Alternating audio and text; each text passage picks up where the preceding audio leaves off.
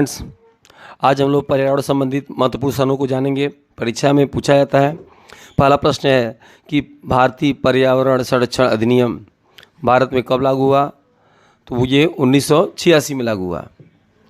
और ये प्रश्न बार बार परीक्षा में पूछा जाता है, इसे बिल्कुल आप रिमार्क कर लीजिएगा कि पर्यावरण संरक्षण अधिनियम भारत में कब लागू हुआ? 1986 में लागू। कई बार प्रश्न आया हुआ है। दूसरा प्रश्न है भारतीय वन जीव संरक्षण अधिनियम, ये 1972 में लागू हुआ, याद रखिएगा।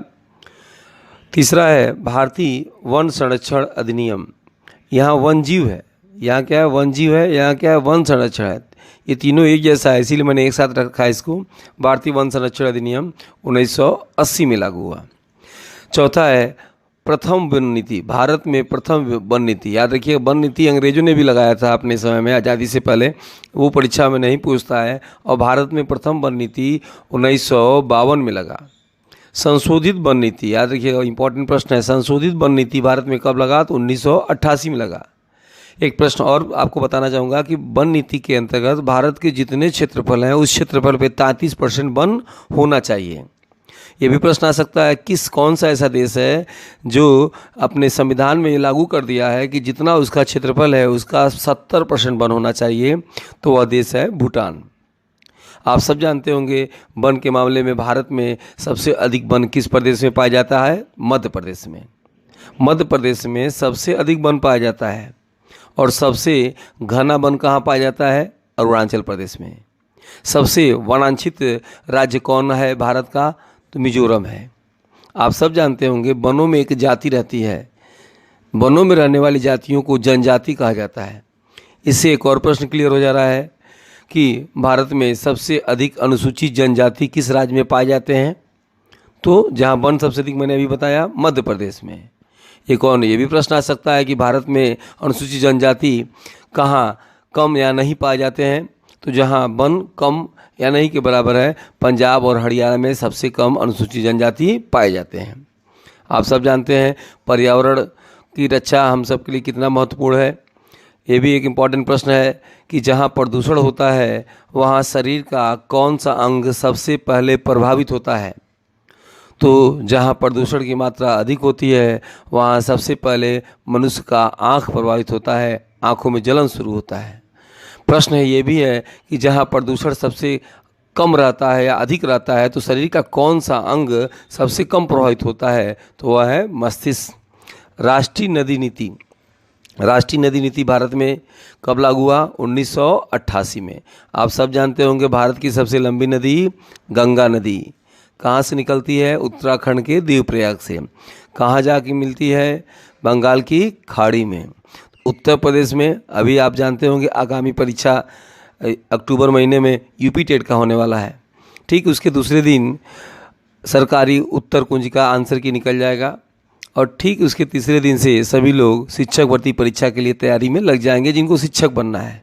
पीसीएस की भी परीक्षा अक्टूबर महीने में है। और आप बस ज्ञान को बढ़ाइए, ज्ञान जानिए, आपको क्या जानना है, न कि तर्क उतर्क करिए कि आएगा ये नहीं आएगा, ये इंपॉर्टेंट नहीं है, ऐसा कुछ नहीं है।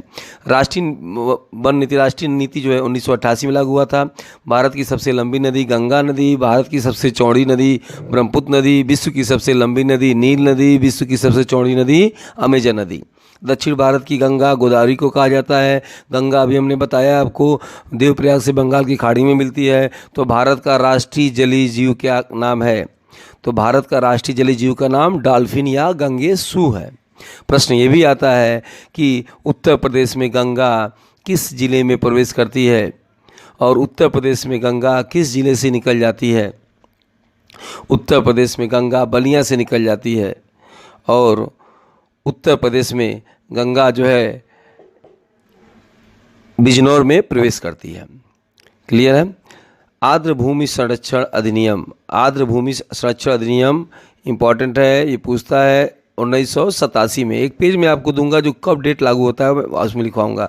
एक प्रश्न बताइए कि किस भूमि को मरुस्थल भूमि घोषित किया जाता है?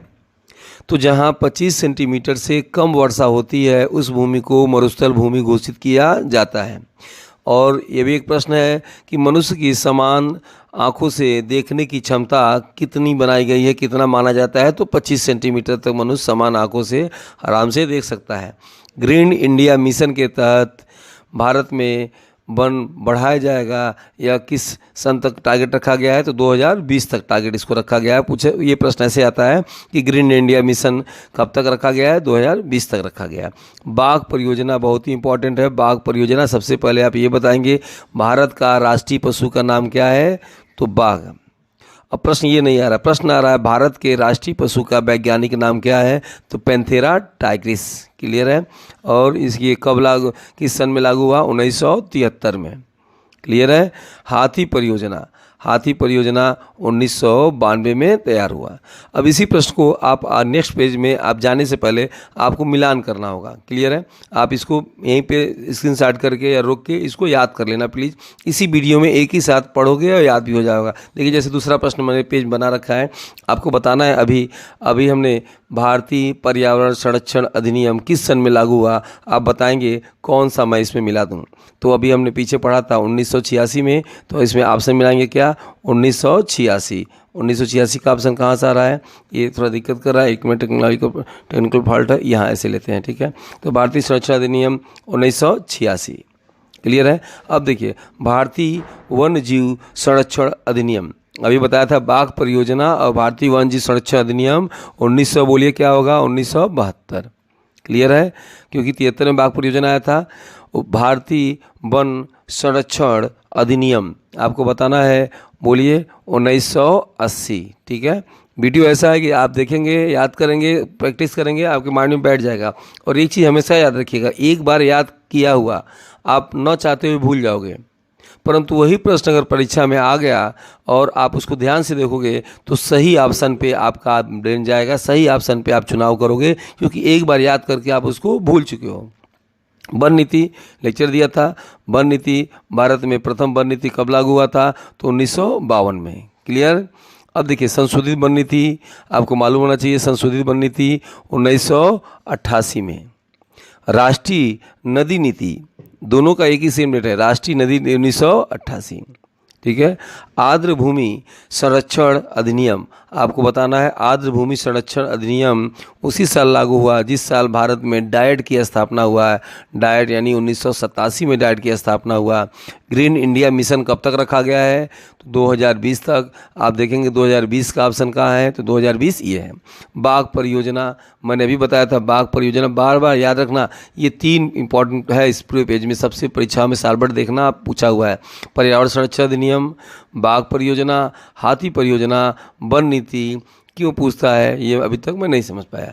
बाघ परियोजना एकदम बिल्कुल रटे रहना। बताओ बाघ परियोजना कब? 1973। Very good. हाथी परियोजना आपको बताना है। हाथी परियोजना 1992। ठीक है। इसको बिल्कुल आप क्लियर करेंगे। नेक्स्ट पेज पे देखिए, हम लोग देखते हैं पर्यावरण संबंधित इंपॉर्टेंट प्रश्न है। मैं चाहता हूं, मेरी इच्छा है कि इस वीडियो को कोई देखे ना देखे, लाइक करना ना करना, लेकिन मैं मेहनत से पढ़ा रहा हूं, मेरा मेहनत सार्थक हो। वो कब होगा? जब आपको इससे लाभ मिले, आपको याद हो। आपको बताना इको मार्क किस लिए होता है? तो इको मार्क पर्यावरण प्रदूषण का जो है इकाई होता है, इसके जांच के लिए होता है। एक मार्क किसके लिए होता है? तो खाद्य वस्तुओं के लिए होता है। हॉलमार्क सोने के आभूषण की शुद्धता के लिए होता है। ISO 9001 रेलवे प्रदूषण के लिए होता है। सबसे इंपॉर्टेंट प्रश्न आता है टायलर पुरस्कार, याद रखिएगा टायलर पुरस्कार। पर्यावरण का सबसे बड़ा पुरस्कार कौन सा होता है? टायलर पुरस्कार। सबसे बड़ा पुरस्कार कभी कभी पूछता है, जैसे भारत का सबसे बड़ा पुरस्कार भारत रत्न पुरस्कार, विश्व का सबसे बड़ा पुरस्कार नोबेल पुरस्कार, भारत का साहित्य के क्षेत्र में सबसे बड़ा पुरस्कार ज्ञानपीठ पुरस्कार। क्लियर है। पूछेगा भारत का खेल के क्षेत्र में सबसे बड़ा पुरस्कार, तो राजीव गांधी खेल रत्न पुरस्कार। खेल दिवस कब मनाया जाता है? 29 अगस्त को। ये प्रश्न भी आया हुआ है, नया प्रश्न सीटेट में कई बार पूछा हुआ है। ग्रीन मफलर किसे कहते हैं और ग्रीन मफलर किस लिए होता है? ग्रीन मफलर ध्वनि प्रदूषण को रोकने के लिए होता है। मेरा उद्देश्य है कम समय में अधिक से अधिक बातों को बताना और ऐसा बताना कि आपके मन मस्तिष्क में, स्मृति में देर तक बैठ जाए, ताकि वो आपकी परीक्षा में काम आए, ताकि हमारे आपके बीच में जो तीसरी आंख देख रही है, हम दोनों को उसको देखे कौन कैसी ईमानदारी से काम कर रहा है। सड़कों, 4 लेन, रेल पटरियों के किनारे लगे पेड़ को क्या कहते हैं? Green muffler. ऐसे देखो आप, जब आप हवाई जहाज से, हेलीकॉप्टर से आप हाईवे को, रेल पटरियों के किनारे देखेंगे तो जो पेड़ लगाए जाते हैं वो बिल्कुल जैसे लगता है कि मफलर, हरे रंग का मफलर है और एक क्रम में लगाए जाते हैं। एक प्रश्न मैं आपको बता दूं कि भारत में सबसे पहले ज्यामिति विधि से, ज्यामिति विधि से बागीचा किसने लगाया था? तो बाबर ने लगाया था। ज्यामिति विधि क्या होता है कि ऐसा पेड़ पौधा लगाना जो कहीं से आप देखोगे, जैसे ये चित्र आप दिखाई दे रहा होगा, ये बिल्कुल एक क्रम में होगा, एक क्रम में होगा। ऐसे बहुत बागीचा आपने देखा होगा। ये देखो, आप किसी एंगल पे खड़े जाओगे तो जितने पेड़ लगे होते हैं वो एक एंगल में होता है। तो पूछता है कि भारत में ज्यामिति विधि से बागीचा किसने लगाया? तो बाबर ने लगाया था। कहाँ लगाया था? आराम बाग में लगाया था। आराम बाग कहाँ है? आगरा में है। आगरा आराम बाग में सबसे पहले दफन किया गया था बाबर को। बाद में बाबरनामा पढ़ा गया तो पता चला उसकी आखिरी इच्छा थी क्या थी? काबुल थी। फिर उसको जो है आराम बाग से काबुल दफनाया गया। तो एक प्रश्न ये भी बनता है कि किस मुगल बादशाह को 2 बार दफनाया गया? तो बाबर को दफनाया गया। नेक्स्ट प्रश्न है, इंपॉर्टेंट है, सबसे अधिक ध्वनि प्रदूषण किससे होता है? जेट विमानों से होता है।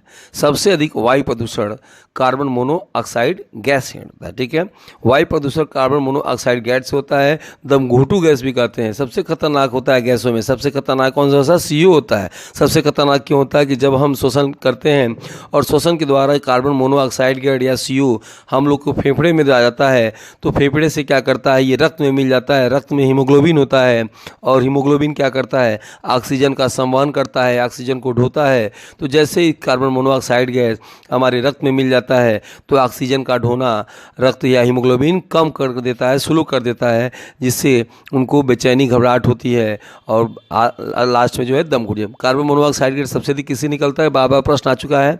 कार्बन मोनोऑक्साइड गैस सबसे अधिक सिगरेट के धुओं से निकलता है, मोटर गाड़ियों के धुओं से निकलता है, और आजकल जो आप लोग अगरबत्ती जलाते हैं जिसमें बांस की तीली लगी होती है उससे भी निकलता है।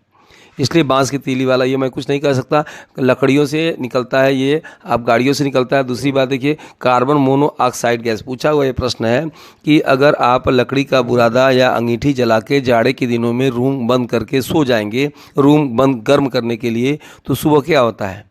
उस कमरे में सोने वाले व्यक्तियों की लाश निकलती है। अक्सर आप ये न्यूज़ आप सुनते होंगे जाड़े में, जो दिसंबर जनवरी में, कि उन्होंने अंगीठी रखा और सुबह उनके प्राण निकल गए, सबकी लाशें मिली। तो क्यों, किससे होता है? कार्बन मोनोऑक्साइड के कारण होता है। सबसे खतरनाक गैस होता है, दमघोटू गैस होता है।